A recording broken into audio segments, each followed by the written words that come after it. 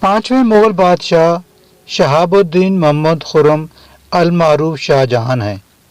شاہ جہاں کو ایک مثالی مسلم بادشاہ قرار دیا جاتا ہے کیونکہ مغل دربار کی شان و شوکت ان کے دور میں اپنے عروج کو پہنچی، لیکن انہوں نے ایسے اثرات بھی چھوڑے جو بالآخر سلطنت مغلیہ کے زوال کا باعث بنے۔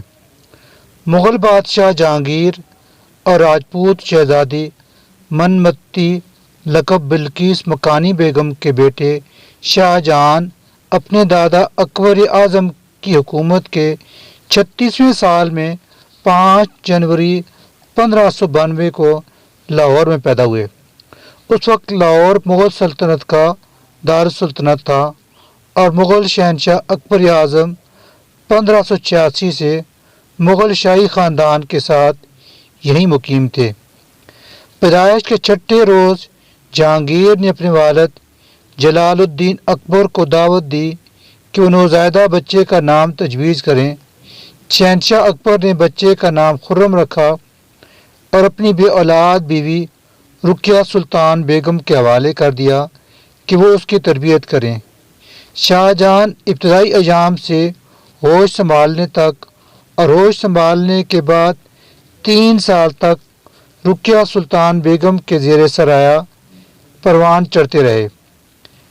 ڈاکٹر بنارس پرساد سکسینہ لکھتے ہیں، شاہ جہان کا ذہن اپنے والد کی نسبت عملی تھا، ذہن تیز اور حافظہ غیر معمولی تھا۔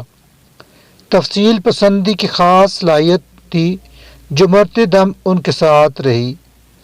سواری اور تیغ زنی کی مشقیں بھی کیں اور روزانہ ورزش ان کا معمول بن گئی۔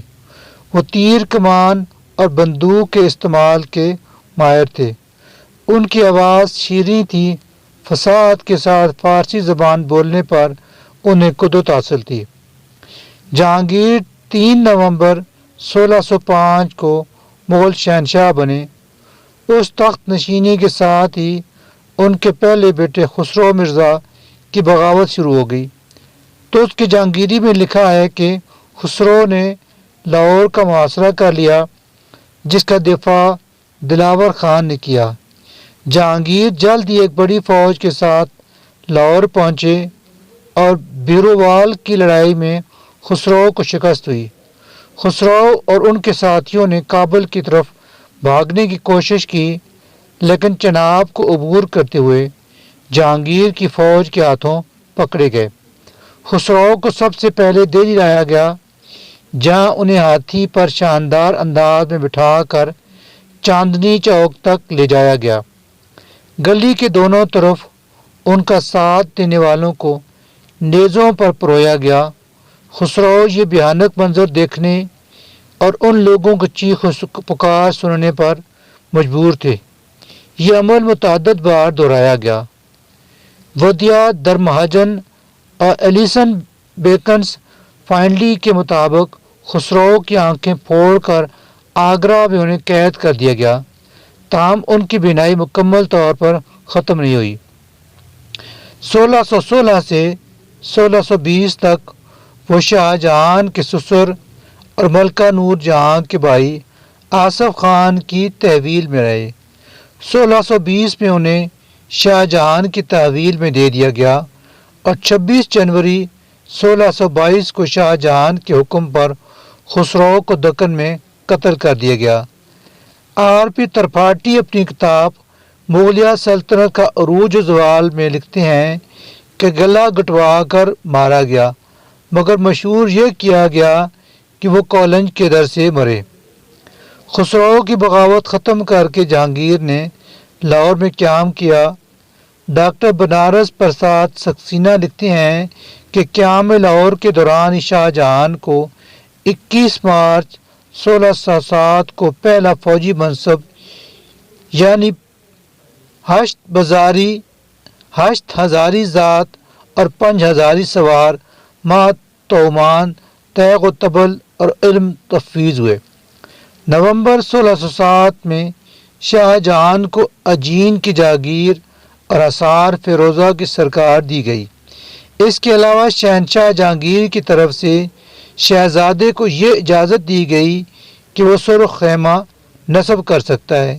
یہ اجازت خصوصاً سب سے بڑے شہزادے کو دی جاتی تھی۔ ان اعزازات کے علاوہ ایک شاہی مہر ان کے سپرد کر دی گئی اور حکم دیا گیا کہ جملہ فرامین اور پروانوں پر ان کی مہر ضرور ثبت ہونی چاہیے۔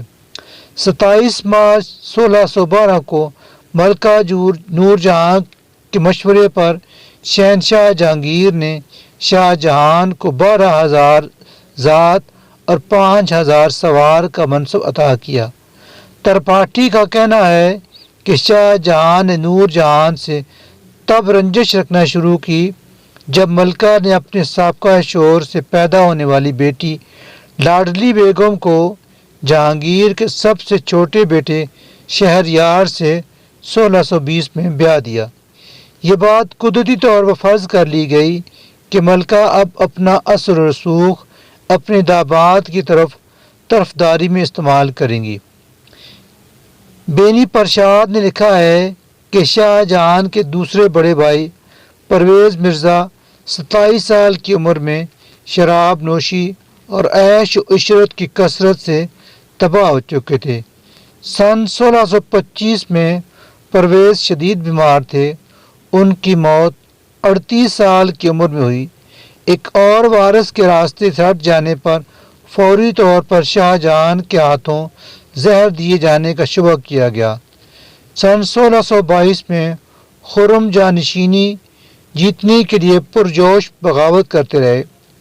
سن 1625 میں جہانگیر سے صلح کرنے تک سلطنت میں بے اثر گھومتے رہے۔ ترپاٹھی نے بہت سے واقعات لکھے ہیں جن سے پتہ چلتا ہے کہ شاہ جہان زیادہ تر بغاوت پر آمادہ رہے۔ جہانگیر نے ان واقعات کا تذکرہ کرتے ہوئے لکھا ہے کہ اس نامبارک شخص نے اپنی سلطنت کے پیروں پر خود ہی کلاڑی مار رکھی ہے۔ جہانگیر کی وفات کے بعد شاہ جہان جنار یا جنیر کے مقام پر تھے۔ جی پی ٹیلر نے لکھا ہے کہ جہانگیر کی وفات کے بعد شاہ جہان کے سسر آصف خان نے ان کے بھائی خسرو مرزا کے بیٹے داور بخش کو تخت پر بطور مغل شہنشاہ بٹھا دیا۔ جہانگیر کی وفات کے وقت ترپاٹھی کے مطابق شہزادہ شہریار لاہور میں اپنے بالوں کے گرنے کا علاج کروا رہے تھے۔ لاہور میں شہریار نے اپنی حماقت کے سبب خود کو شہنشاہ مشہور کر دیا اور اپنے نام کے سکے جاری کروا دیے۔ امراء اور سپاہیوں کی حمایت حاصل کرنے کے لیے 15 دن کے مختصر عرصے میں ان میں 70 لاکھ روپے تقسیم کر دیے۔ ادھر جی بی ٹیلر کے مطابق داور بخش کے لیے مسند عارضی ثابت ہوئی اور جب خاندان کے دوسرے شہزادے یعنی دانیال مرزا کے بیٹے بوشنگ مرزا طہماسب اور تیمورس شاہ جہان کے زیر طاب آئے تو آصف خان نے داور بخش کو ایران فرار ہو جانے کا موقع دے دیا، لیکن یہ موقع ان کے لیے پائیدار ثابت نہ ہو سکا اور اسی دوران لاہور میں 30 دسمبر 1627 کو شاہ جہان کو مغل شہنشاہ تسلیم کر لیا گیا اور 23 جنوری 1628 کو شاہ جہان کے حکم پر لاہور میں 4 شہزادوں کو قتل کر دیا گیا۔ ترپاٹھی کہتے ہیں آصف خان نے شاہ جہان کی خواہش پر شہزادوں کو قتل کروا دیا اور لاہور میں شاہ جہان کا خطبہ پڑھوایا۔ شاہ جہان نے اپنے وحشیانہ اور شیطانی فعل قتل و غارت گری سے ایک ایسی خطرناک رسم کی بنیاد ڈال دی جس نے بابر کے خاندان کی قوت اور مغل سلطنت کی جڑوں کو کھوکھلا کر دیا۔ اگرچہ اور لوگ اپنے اعمال کا نتیجہ دیکھنے کو زندہ نہ رہے، لیکن شاہ جہان نے اپنے کیے کا پھل ضرور پایا۔ ترپاٹھی لکھتے ہیں آخر کار بھائیوں، عزیزوں اور بھتیجوں کے خون سے ہاتھ رنگ کر شاہ جہان آگرہ میں تخت نشین ہوئے۔ تخت نشین ہو کر سجدے کی رسم کو ختم کر دیا گیا، اپنا نیاز سن شروع کیا۔ اپنی تاج پوشی کے موقع پر 1,70,00,000 روپے خرچ کیے۔ اس رقم میں سے 30 لاکھ عمراء کو ملی اور باقی تحفوں کی شکل میں شاہی خاندان کے حصہ میں آئی۔ نور جہان کے لیے 2 لاکھ روپے کی سالانہ پینشن مقرر کر دی گئی۔ ملا محمد صالح کمبو نے شاہ جہان نامہ میں شاہ جہان کے تخت نشینی کے بعد ان کے روزمرہ معمولات پر مفصل بیان لکھا ہے، جس کے مطابق شاہ جہان طلوع آفتاب سے 2 گھنٹے قبل بیدار ہوتے، خود وضو کر کے خلوت گاہ سے متصل مسجد میں فجر کی نماز سنت اور پھر نماز فرض ادا کرتے، اس کے بعد دعائیں اور وظائف ادا کرنے اور اس تسبیح خوانی سے فراغت کے بعد حرم سرا میں آ جاتے تھے۔ طلوع آفتاب کے وقت دریائے جمنا کے رخ مشرقی دریچے میں جھروکے میں بیٹھ کر عوام کو درشن دیتے۔ اس وقت ہر شخص کورنر پہ جا لاتا اور ہر مظلوم کو بلا روک ٹوک کے شہنشاہ سے عرض کرنے کی اجازت ہوتی۔ پھر جھروکے سے اٹھ کر دربار خاص و عام میں آ جاتے اور اس ایوان کے دروازوں پر ہیبت ناک دروغے پہرے پر موجود ہوتے تھے، جو بغیر کسی اجازت کے کسی فرد کو اندر نہیں جانے دیتے۔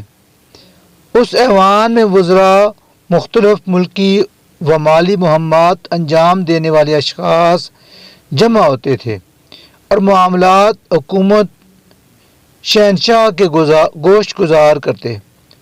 ان امور کی انجام دہی کے بعد صوبیداروں کی درخواستیں دیکھنا ہوتی تھیں اور ان درخواستوں پر مہر ثبت کرنا ہوتی تھی۔ اس ایوان میں 5 گھڑی قیام کے بعد اٹھ کر نشیمن چلے جاتے، جہاں مقربوں یا عمرہ کے سوا کسی کو آنے کی اجازت نہیں ہوتی تھی۔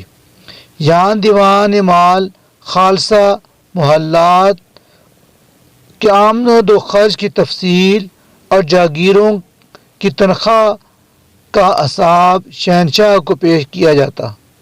ان امور کی انجام دہی کے بعد جواہرات دیکھنے، گانا سننے یا تعمیرات کے متعلق احکامات جاری کرنے میں وقت بسر ہوتا۔ اس کے بعد شاہ جہان شاہ برج میں چلے جاتے، جہاں نشست محض 4 یا 5 گھڑی ہوتی۔ شاہ رخ میں شہزادے یا وزیر اعظم میں ملاقات کر سکتے۔ دوپہر 12 بجے مال سرا میں آتے اور کھانا تناول کرتے۔ اس کے بعد قیلولہ فرماتے اور قیلولہ کے بعد نماز ظہر کی ادائیگی ہوتی۔ ظہر کے بعد ملکہ ممتاز محل کے ذریعے سے بیوہ اور بے سہارا خواتین کی امداد کی جاتی کہ انہیں نقد و جنس یا اراضی عطا کی جاتی۔ نماز عصر کے بعد نشیمن جانا ہوتا اور نماز مغرب سے 4 گھڑی بعد تک امور دین و دنیا میں وقت صرف ہوتا۔ اسی نشست میں کبھی کبھار شہنشاہ ہندی موسیقاروں سے راگ بھی سن لیا کرتے۔ اس نشست کے بعد نماز عشاء کی ادائیگی اور اس کے بعد محل سرائے شاہی میں چلے جانا معمول تھا۔ شب کے وقت پردے کے پیچھے سے اشخاص خوابگاہ میں شخصیات کی سواں عمریاں، واقعات، تاریخ اور زمانہ ماضی کے واقعات بیان کیا کرتے۔ لباس ہمیشہ معطر رہتا اور نشست بخورج یا روح افزا عطریات سے معطر رہتی۔ شاہ جہان میں تعمیر کا جذبہ ایسا تھا کہ معمار شہنشاہ معروف ہوئے۔ اپنے پہلے دارالحکومت آگرہ میں 2 عظیم مساجد، موتی مسجد اور جامع مسجد کے ساتھ ساتھ تاج محل کے نام سے مشہور مقبرہ کی تعمیر کا بیڑا اٹھایا۔ تاج محل ان کے دور حکومت کا شاہکار ہے جو انہوں نے اپنی 3 رانیوں میں سے پسندیدہ ترین ارجمند بیگم یعنی ممتاز محل آصف خان کی بیٹی ملکہ نور جہاں کی بھتیجی اورنگزیب کی والدہ کی یاد میں تعمیر کیا۔ شادی کے محض 19 برس بعد 14ویں زچگی کے دوران 38 برس کی عمر میں 17 جون 1631 کو ممتاز محل کی وفات جریان خون کے باعث ہوئی۔ اپنے دور اثر دارالحکومت دہلی میں شاہ جہاں نے ایک بہت بڑا قلعہ دار محل، لال قلعہ اور ساتھ ہی ہندوستان کی بہترین مساجد میں سے ایک جامع مسجد تعمیر کروائی۔ لاہور کا شالامار باغ بھی انہی کے دور میں بنا۔ شاہ جہاں جہانگیر یا اپنے دادا اکبر سے زیادہ لیکن اپنے بیٹے اورنگزیب سے کم راسخ العقیدہ تھے۔ وہ اپنی ہندو رعایا کے ساتھ نسبتاً روادار حکمران ثابت ہوئے۔ شاہ جہاں کا دور ادبی سرگرمیوں، مصوری اور خطاطی کے فنون کے فروغ کا دور تھا۔ فنون کی تاریخ دان میلو بیچ کے مطابق وہ زیورات کے ماہر کے طور پر مشہور تھے۔ انہیں فنون لطیفہ کے لیے فرصت میسر تھی اور شاید وہ خود بھی جواہرات تراشتے تھے۔ ان کے زیورات کا مجموعہ شاید دنیا میں سب سے زیادہ شاندار تھا۔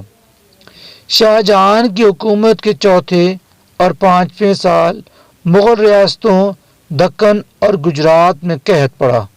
فصلیں تباہ ہو گئیں جس سے لاکھوں افراد قلت خوراک کے باعث ہلاک ہوئے۔ عبدالحمید لاہوری نے اس قحط کی ہولناکیوں کو ان الفاظ میں بیان کیا ہے: ہاتھ کمانے کی بھیک مانگنے کو بڑے ہوئے تھے۔ ایک مدت تک کتے کا گوشت بکرے کے گوشت کے عوض بیچا گیا اور مردوں کی ہڈیاں ملا آٹا فروخت کیا گیا۔